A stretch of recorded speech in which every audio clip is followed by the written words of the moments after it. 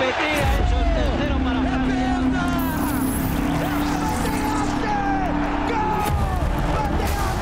Siamo ancora vivi! Siamo ancora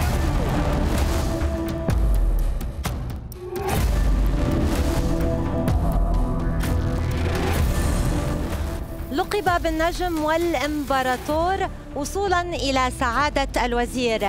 جال وصال في ملاعب القارة وتألق بشكل كبير مع الفرق التي لعب لها.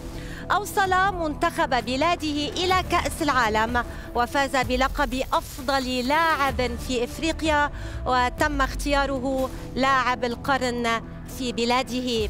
من هو ضيف توقعاتي؟ فلنشاهد معا.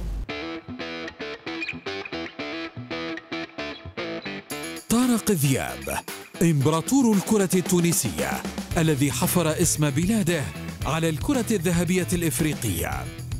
قاد تونس مع زملائه إلى نهائيات كأس العالم في الأرجنتين وأولمبياد سيول. تألق بشكل كبير مع الترجي وأحرز معه 11 لقباً.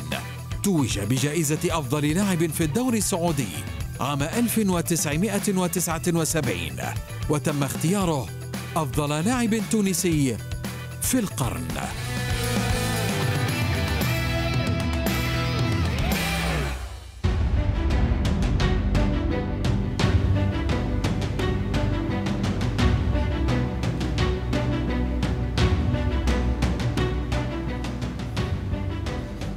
إمبراطور الكرة التونسية وأسطورة التحليل طارق ذياب، أهلا بك إلى برنامج توقعاتي. أهلا بك، شكرا على الاستضافة. كابتن طارق، لنعود قليلا بالذاكرة المونديالية إلى الوراء. حققت مع زملائك أول فوز عربي وكذلك أفريقي في كأس العالم بعد هزيمة المكسيك ب3 أهداف لهدف واحد. أخبرنا عن تلك المباراة وما كانت تعني لكم. بطبيعة الحال منتخب عربي وأفريقي يفوز في أول مباراة في كأس العالم طبيعي إنجاز كبير للكرة التونسية، الكرة العربية والأفريقية. أولا التصفيات كانت صعبة، وأنا ذاك منتخب واحد يترشح كأس العالم. اليوم 5 منتخبات وتونس ساهم، لأن بعد 78 الفيفا أضافت معناتها مركز اخر لافريقيا، اصبح منتخبين معناتها يترشحوا، وهذا انجاز كبير للكره التونسيه والكره العربيه والافريقيه. مباراه المكسيك كانت المباراه هامه جدا بالنسبه لنا احنا، بالنسبه للاعبين ككل، لان بقات في التاريخ، بقات حتى في التاريخ العربي. لان ممكن بعد تونس الجزائر فازت، المغرب فازت في المباريات الاولى، وفي حتى المغرب ترشحت الى الدور الثاني، ولهذا انجاز كبير للكره التونسيه وخصوصا الكره العربيه والافريقيه، اعطى ثقه كبيره للمنتخبات العربيه والافريقيه. دائما مع هذه المباريات وكواليس هذه المواجهة يقال أن المدرب عبد المجيد الشتالي لم يتكلم معكم بين شوطي المباراة، بل اكتفى بوضع علم تونس في منتصف غرفة الملابس وغادر الغرفة. هل نجح ذلك في تحفيزكم وقلب النتيجة وقتها؟ صحيح، لأن الشوط الأول كان دون المستوى وكنا خايفين، واكبر عدو للاعب هو الخوف، لانه يؤثر على معنوياته ويؤثر على حتى المردود نتاعو الفني. ولهذا وهام جدا ان المكسيك كانت فايز علينا 1-0. لما دخلنا في الشوط الثاني مرتاحين معناتها منهزمين، لازم نلعب ونعطيه 100%. بصراحه في الشوط الثاني المنتخب التونسي لعب على امكانياته وقدم مستوى كبير وسجل 3 أهداف، وطبيعي ان شتالي معناتها مدرب كبير، بين الشوطين ما قال لنا ولا شيء، خلانا مرتاحين. اهم شيء هو وضع علم تونس. لما خرجنا في الشوط الثاني لعبنا على مستوى وفزنا وسجلنا 3 أهداف. قبل أيام معدودة على انطلاق العرس الكروي، هل طارق ذياب متفائل بالمنتخب التونسي وبمشاركة هذا المنتخب في كأس العالم؟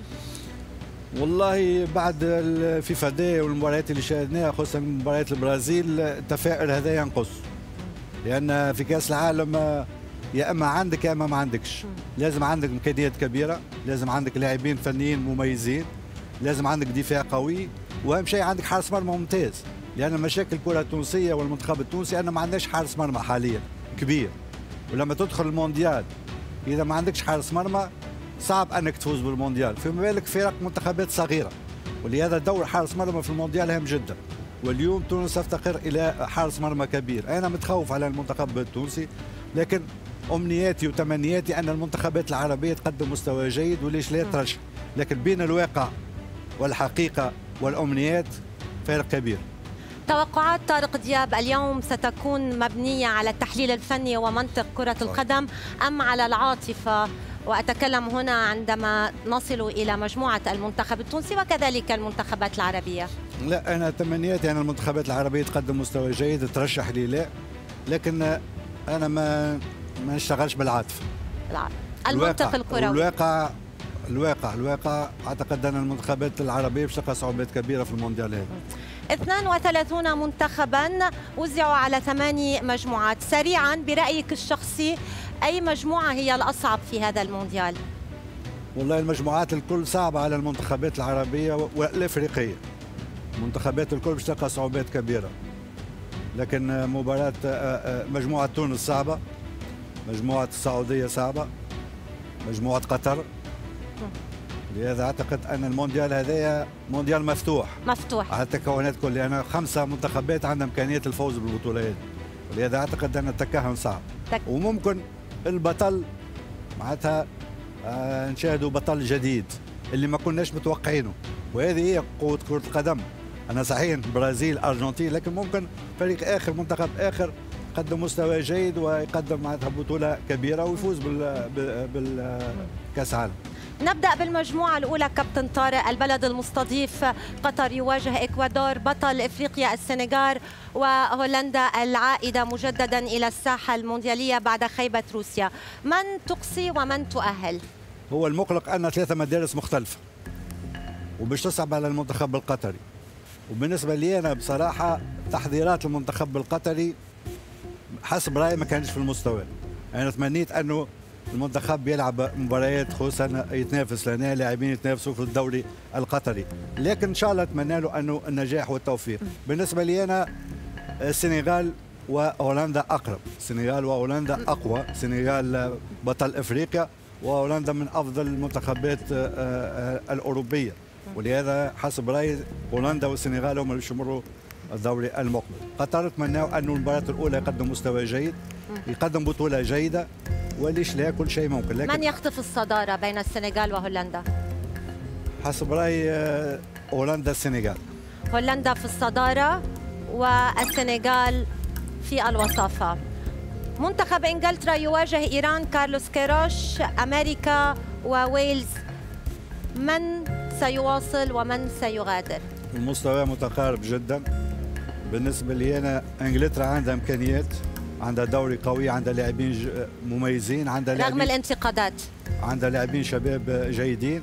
ان شاء الله المدرب يكون في المستوى. اعتقد ان انجلترا المرتبه الاولى، وممكن امريكا ممكن امريكا في المرتبه الثانيه.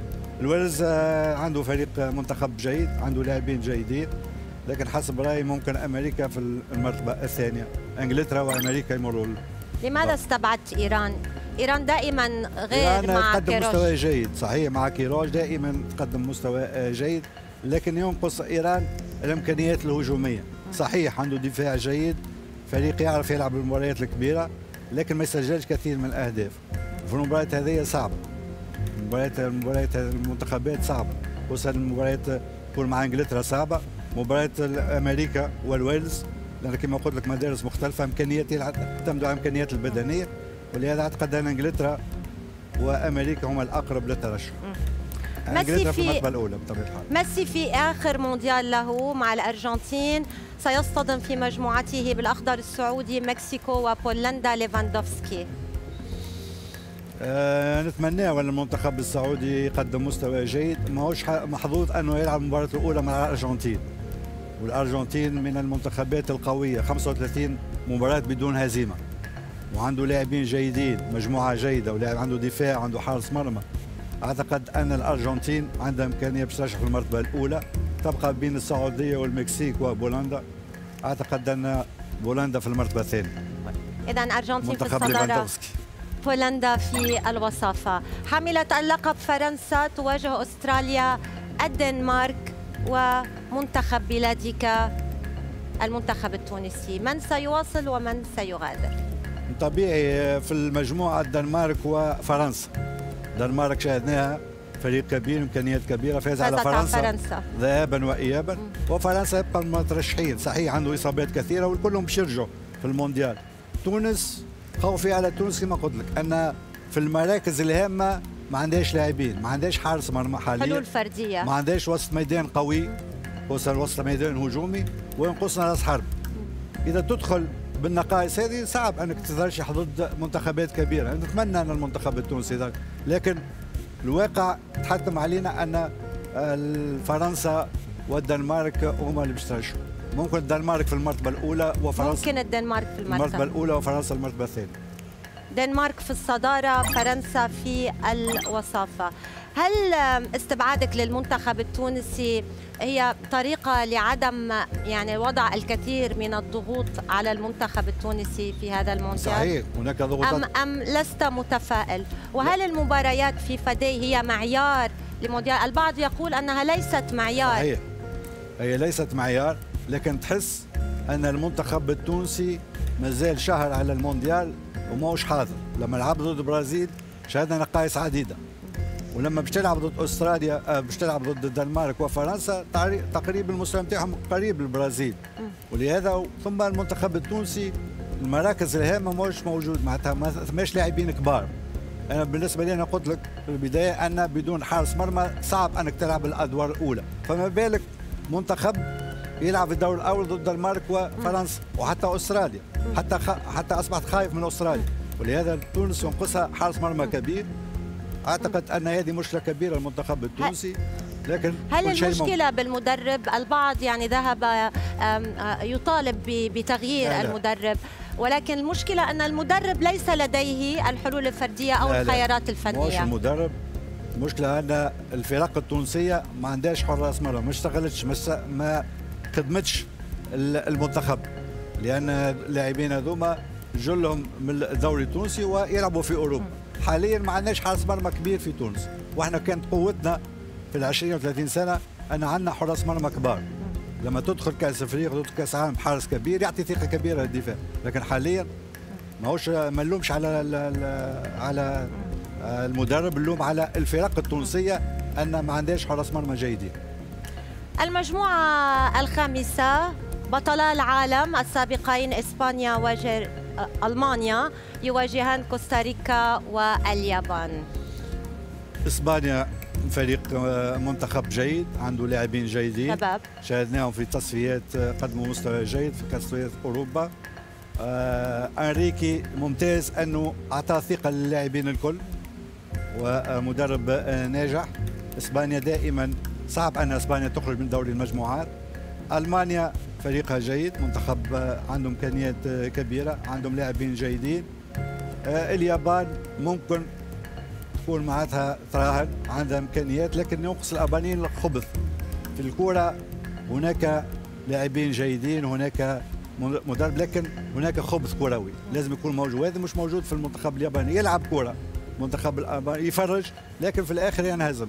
واعتقد ان اسبانيا والمانيا هم اللي بيشترشوا. اسبانيا في الصداره. اسبانيا في الصداره والمانيا المرتبه الثانيه. اسبانيا في الصداره، المانيا في الوصافه. بلجيكا الثانيه على العالم تواجه كندا، المغرب وكرواتيا. بلجيكا كثير من الناس يقولوا من المنتخبات المترشحه. بلجيكا بالنسبه لي انا فريق منتخب حاليا عنده لاعب هو دي بروين، والبقيه المستوى نتاعهم تراجع. هازار ما عادش موجود، لوكاكو مصاب، ودفاعها ما عندهاش دفاع قوي، عندها حارس مرمى ممتاز هو كورتوا. بداية نهاية هذا الجيل. كانت عنده فترة جيدة في 2018 باش يقدم مستوى جيد ويفوز، لم يستغلها. اليوم بالنسبة لي أنا بلجيكا ماهوش من المرشحين الكبار للفوز بالبطولة هذه، ولهذا صحيح بلجيكا باش يمر ممكن للدوري، لكن أعتقد أن كرواتيا باش تلعب بلجيكا. المغرب عندها امكانيه باش تلعب، لان المغرب عندها حارس مرمى ممتاز. ياسين بونو افضل حارس في اسبانيا، تفوق على كورتوا. رجوع الزياش، رجوع المزراوي. الفريق قدم في مستوى جيد، نتمناه انه يكون مفاجاه في المجموعه هذه ويترشح. لكن بالنسبه لي انا ممكن بلجيكا وكرواتيا عندهم حظوظ اكثر من المغرب.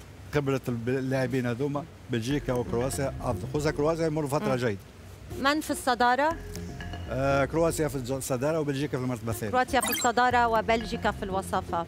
البرازيل ابرز المرشحين للفوز بهذا اللقب، تواجه صربيا، سويسرا ومنتخب افريقي وحيد هو المنتخب الكاميروني. من سيواصل ومن سيغادر؟ من اصعب المجموعات. صربيا وسويسرا منتخبات قويه وعندها امكانيات كبيره وعندها لاعبين جيدين. سويسرا مقلق للمنتخبات الكبيره، منتخب جيد، ولهذا عقليه البرازيل مشكلتهم مع انه يدخلوا يستسهلوا المباريات، وهذه تلعب دور سيء للبرازيل في عديد المباريات الكبيره. انا بالنسبه لهم باش يفوزوا بسهوله ويستعرضوا، لكن البرازيل عنده افضل فريق حاليا وعنده افضل لاعبين وصفوفه متكامله. كومبليت، هو المنتخب الكومبليت. عنده حراس مرمى من افضل حراس مرمى في العالم، اليسون وإيدرسون. عنده دفاع في كل مركز عنده 2-3 لاعبين او ميدان وجوه، لكن مشكلتهم ان في بعض الفترات يدخلوا وكانهم فازوا مباراه، وهذه تلعب لهم ادوار سيئه. بالنسبه لي انا البرازيل في الصداره. صربيا منتخب جيد في تصفيات كاس اوروبا، قدم مستوى جيد صدر مجموعته امام البرتغال. ولهذا انا البرازيل وصربيا. كاميرون ما عندهاش حظوظ، كاميرون ما عندهاش حظوظ كبيره. البرتغال بقيادة كريستيانو رونالدو في آخر مونديال له كذلك تواجه غانا، أورغواي وكوريا. من تؤهل ومن تقصي؟ البرتغال طبيعي، في الصدارة. البرتغال في الصدارة وما بين غانا والأوروغواي. الأوروغواي عنده لاعبين جيدين، صحيح تقدموا في السن لكن عندهم خبرة كبيرة. ممكن البرتغال والأوروغواي. كوريا لا منتخب جيد، كوريا مثل اليابان يلعبوا كورة لكن في النهاية ينهزم. أعتقد أن البرتغال والأوروغواي هم يشترشوا. أوكي. البرتغال وأورغواي في الوصفة. هذه هي المنتخبات التي تأهلت كابتن على مسؤوليتك إلى الدور الثاني. قبل أن نواصل، كنت أول وآخر لاعب تونسي يحرز جائزة أفضل لاعب في إفريقيا. هل سنشاهد لاعب تونسي آخر في المستقبل القريب يفوز بهذه الجائزة؟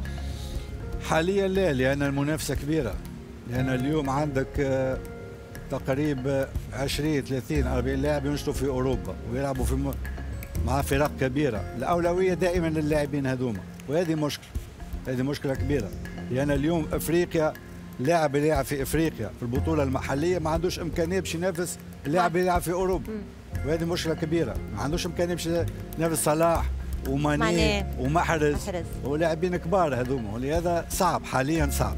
وحاليا البطولة التونسية ما ننتجش لاعبين كبار. عندنا كان لاعب، عندنا حارس مرمى تقريبا من البطولة التونسية، 3 لاعبين من البطولة التونسية يشتغلوا مع المنتخب، وهذا معناتها قليل بالنسبة للمنتخب التونسي. نواصل التوقعات. الكرة الشاملة بقيادة الخبير لويس فان غال تواجه منتخب أمريكا المتطور حاليا. من يتأهل ومن يغادر؟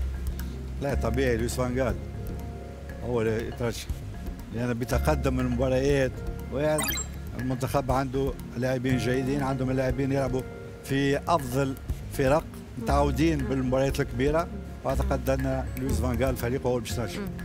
المباراة الثانية كابتن، عادة عندما تتصدر فرنسا مجموعتها طريقها يكون سهل جدا للوصول إلى نصف النهائي، ولكن عندما تكون في الوصافة ستصطدم في الأرجنتين، نهائي مبكر لمونديال قطر.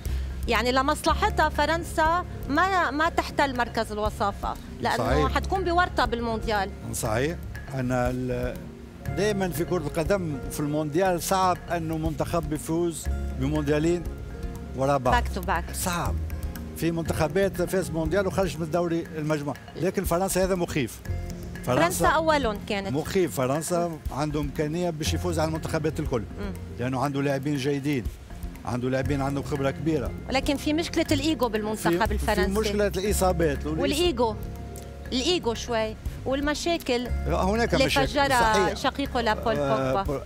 بالنسبة لي أنا بول بوجبا ماهوش لاعب مؤثر كبيرة في المنتخب. عندك إمكانية تعويضه، لو جات مع مبابي، لو جات مع بنزيما ممكن، لكن تعويضه سهل، يعني عندك تشواميني، عندك كامافينغ، عندك لاعبين كبار، ينشطوا فيه، ولهذا اعتقد ان ما بين الارجنتين وفرنسا طبيعي تحب الارجنتين تفوز.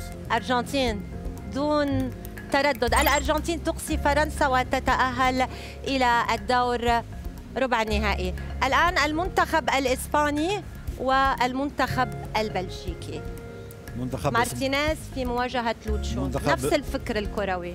منتخب إسبانيا، لأن بالنسبة نحن ما زلنا بلجيكا نعيشوا على 3 أو 4 مواسم الأخيرة. لا، بلجيكا بالنسبة لي أنا ما عادش عندها لاعبين كبار، ما عادش عندها لاعبين جدد صغار معناتها يلعبوا في المنتخب البلجيكي، معتمد على اللاعبين الكبار اللي عندهم خبرة مش حاضرين وجاهزين بدنيا. ولهذا بالنسبة لي أنا إسبانيا أفضل. إسبانيا عندها لاعبين شباب، عندها مدرب ذكي، أعتقد أن إسبانيا عندها إمكانية الفوز على بلجيكا. قمة نيمار وسواريز. نيمار دون تردد. البرازيل. البرازيل ترشح. إنجلترا والسنغال. والله مباراة صعبة. اللي باش يلعب ضد السنغال لازم يكون في أحسن حالاته مهما يكون اسم. عندهم حارس كبير، أفضل عندهم حارس، عندهم دفاع، ويعجبني في المنتخب السنغالي تيم ورك، منتخب افريقي اوروبي، اسلوبه اوروبي ويعتمد على امكانياته البدنيه، وهذا مقلق لاي منتخب. يعني انجلترا مش بالسهل ان تفوز على السنغال، لازم تكون في احسن حالات، ولهذا مباراه ما هي سهله، لكن انجلترا انجلترا الى ربع النهائي. الان الدنمارك وبولندا. الدنمارك مخيف صراحه. الدنمارك. كرواتيا ألمانيا. ما سهلة. كرواتيا حضرت فريق منتخب جديد، عندهم لاعبين جيدين مع خبرة لاعبي روسيا. خبرة مودريتش، عنده لاعبين جيدين، عندهم لاعبين شباب. وألمانيا مازال ما تكونش فريق قوي. صحيح عندهم لاعبين جيدين، لكن ما عندهمش فريق منتخب قوي حاليا، وكل شيء ممكن. بالنسبة لي أنا كرواتيا ممكن الأقرب. كرواتيا إلى الدور ربع النهائي، ألمانيا خارج المونديال. الآن البرتغال وصربيا. البرتغال ماهيش سهلة الأمور بالنسبة للبرتغال، لعبوا ضد بعضهم صحيح في تصفيات بطولة أوروبا، لكن بالنسبة لي أنا بتقدم المباريات أعتقد أن خبرة البرتغال أقرب بقيادة كريستيانو. هل أنت متعاطف مع كريستيانو؟ طبيعي متعاطف مع كريستيانو. أنا تتمنى سيناريو ميسي رونالدو في النهائي؟ يمر فترة صعبة حتى مع مانشستر يونايتد. إن شاء الله قبل المونديال يلعب مباريات يكون حاضر وجاهز بدنيا، لكن وراء عنده عديد اللاعبين جيدين. صحيح. إذا البرتغال إلى الدور ربع النهائي. الآن الأرجنتين وهولندا. الأرجنتين وهولندا. دائما ما التقوا هذين المنتخبين في كأس العالم. الأرجنتين أفضل. الأرجنتين عندها كما قلت لك لاعبين جيدين. ميسي السنة هذه ليس ميسي بتاع الموسم الماضي، قدم في مستوى جيد، عنده حارس مرمى، عنده دفاع. جماعيا فريق ما عادش يعتمد على ميسي وامكانيات الفرديه، فريق جماعي بامتياز، واعتقد ان عنده امكانيه باش تخطى المنتخب الهولندي بنجومه الحاليين. بنجومه ممكن يتخطى. انا اعتقد الارجنتين تفوز على هولندا. اذا الارجنتين الى مربع الكبار. الان اسبانيا والبرازيل. مباراه ما هي سهله. لازم البرازيل تكون في احسن حالاتها، لازم البرازيل تكون حاضره وجاهزه، لان اذا تستسهل اسبانيا البرازيل ستنهزم في المباريات. لانه الشيء الممتاز انه تقريبا الاثنين يلعبوا تيكي تاك، الاثنين يعتمدوا على معناتها الاستحواذ على الكره، لكن هناك اسبقيه الاسبان في الاستحواذ على الكره، والبرازيل ما يحبوش يجريوا وراء الكره. البرازيل دائما تحب الكره عندها، لهنا من سيستحوذ على الكره ويسيطر على وسط الميدان عنده امكانيه الفوز. لكن بالنسبه لي انا البرازيل من الناحيه الفرديه عنده افضل لاعبين من اسبانيا، مو البرازيل الى النصف النهائي. الان الانجليز في مواجهه الاختبار الدنماركي. انجلترا والدنمارك مباراه صعبه. على الدنمارك اللي شاهدناه حاليا ممكن يعمل مفاجاه، وبالنسبه لي انا الدنمارك ممكن يكون مفاجاه البطوله هذه، ممكن يمشي لبعيد الدنمارك.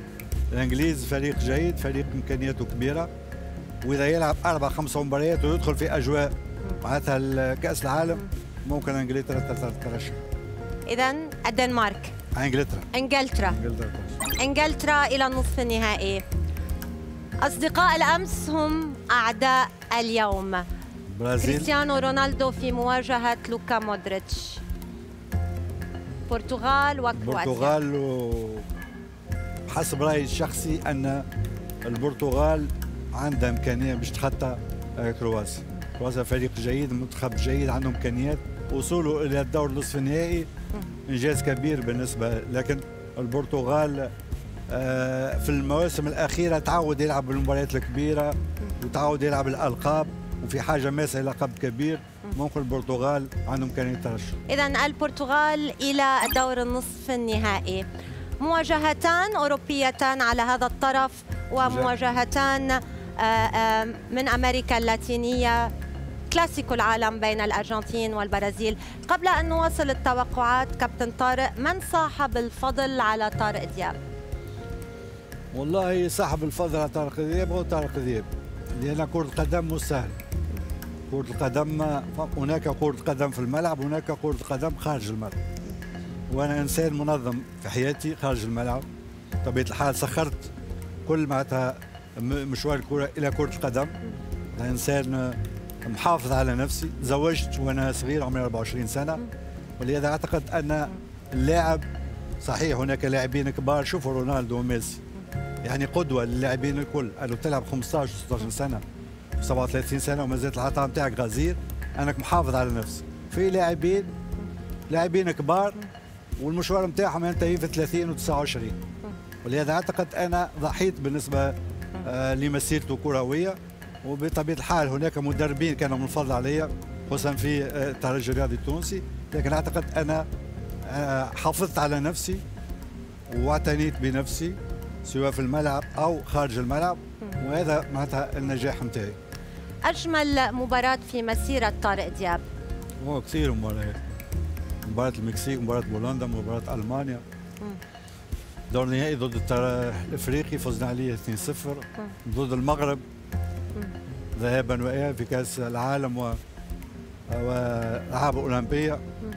عديد المباريات، لكن بالنسبه لي افضل هدف للزاكي سجلته للزاكي، صديقي الزاكي بادو الزاكي حارس المرمى المغربي. من هو افضل لاعب تونسي حاليا؟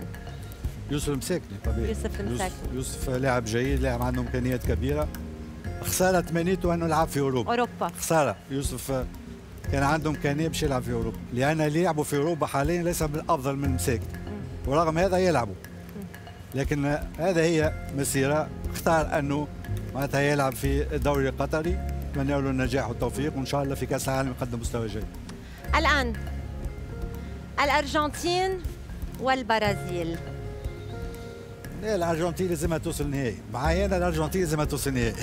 صحيح، بالطول بالعرض بدها توصل للنهائي. لان بالنسبه لي انا ميسي المسيره نتاعو ناقصها كاس عالم. بس هل يحتاج ميسي لكاس عالم ليثبت انه الافضل؟ ليثبت انه الافضل؟ لا، هو بالنسبه لي انا الافضل. هو بالنسبه لي انا الافضل، الاستمراريه نتاعو ما شاتاش الاستمراريه نتاعو منذ بدايته حتى نهايه المشوار، واللاعب هذا كل موسم يقدم مستوى جيد. لا مارادونا ولا حد. مارادونا لاعب كبير وامكانيات كبيره، لكن ما لعبش 14 15 سنه مستوى ميسي. صحيح. ولهذا ميسي بالنسبه لي ان شاء الله يوصل الدور النهائي. لما يكونوا عندك لاعبين كبار في الهجوم، اهم شيء هو الادوار الدفاعيه للمنتخبين الاثنين. صحيح. من وقف ميسي؟ نيمار، فينيسيوس، دي ماريا، لوتارو. ولهذا كل في المنتخب عنده 4 5 لاعبين كبار. الدور هذا على المدافعين، اللي الفريق اللي يدافع افضل هو اللي باش يفوز بهالمباراه. ولهذا اتمنى ان شاء الله الارجنتين. ارجنتين الى النهائي. الان الدنمارك والبرتغال. انجلترا والبرتغال. البرتغال افضل نهائي. البرتغال ارجنتين افضل سيناريو للمشجعين للعالم انه كريستيانو في مواجهه ميسي وكريستيانو. نهائي حلم. ال 15 سنه هذم افضل لاعبين في العالم. ومعناتها استمتعنا باللاعبين هذوم سواء في اهدافهم في بطولاتهم وفي كرات ذهبيه، ولهذا افضل نهائي البرتغال والارجنتين. هو الكل بيتمنى هيدا السيناريو ان شاء الله بالفعل يعني. نتمنى البرتغال الارجنتين. طيب بكلمه كابتن طارق، افضل لاعب في العالم عبر التاريخ برايك الشخصي؟ عبر التاريخ. عبر التاريخ بالنسبه لي انا ميسي. انا قلت ميسي الاستمراريه نتاعو، وميسي عنده ميزه يختلف على بولي ومارادونا. ميسي هداف وصانع العاب، وهذه مش موجوده في اي لاعب. زيدان لاعب كبير في كصانع العاب لكن ليس هداف. كريستيانو رونالدو هداف كبير لكن ليس صانع العاب. بولي هداف كبير وهو صانع العاب كبير. مارادونا صانع العاب يعني خرافي مارادونا، لكن ليس بالهداف الكبير، ما سجلش 40 و50. ميسي جمع بين التهديف والتحضير، وهذه ميزه كبيره في بطوله كبيره، في بطوله اوروبيه، يلعب في اوروبا، في برشلونه يلعب ضد فرق كبيره. ولهذا بالنسبه لي انا عبر عصور ميسي. افضل لاعب في العالم في الوقت الحالي، في الوقت الراهن، بين مبابي وبنزيما. بالنسبه لي انا هناك معناتها لاعب مبابي وهالاند مشروع لاعبين كبار، لكن مش يلعب شهر يولي افضل لاعب في العالم. احنا اليوم نقيموا اللاعب على شهر وشهرين، لا نقيم لاعب على معناتها مواسم. صحيح هناك مشروع لاعبين كبار مبابي وهالاند، لكن حاليا بالنسبه لي انا بنزيما افضل لاعب. الان لمن ستكون كلمه الحسم؟ لبرازيليو اوروبا ام الرقصة الأخيرة ستكون رقصة ميسي تانجو. ورقصة التانجو؟ لا تانجو ميسي. أعطونا الأرجنتين. إذن الأرجنتين بطلة لمونديال قطر 2022 بعد فوزها على البرتغال. فظيع التعاطف مع ميسي، يعني الكل ما في حدا ما بيتمنى يشوف ميسي حامل كأس العالم.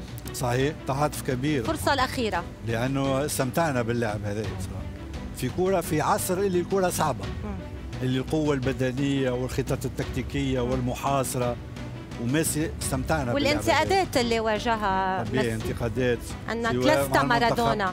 صحيح مع المنتخب الأرجنتيني، لكن في برشلونة عمل كل شيء. استمتعنا بميسي، استمتعنا بكريستيانو رونالدو، لكن بالنسبة لي أنا ميسي يستحق أنه يخرج من باب الكبير فوز بكأس العالم. طارق دياب امبراطور الكرة التونسية وأسطورة التحليل، شكرا جزيلا لك لتلبيتك الدعوة في برنامج توقعاتي، ونتمنى كل التوفيق للمنتخب التونسي وكذلك المنتخبات العربية في مونديال. شكرا وعلى الاستضافة، وإن شاء الله معناتها برنامج ناجح إن شاء الله. شكرا لك.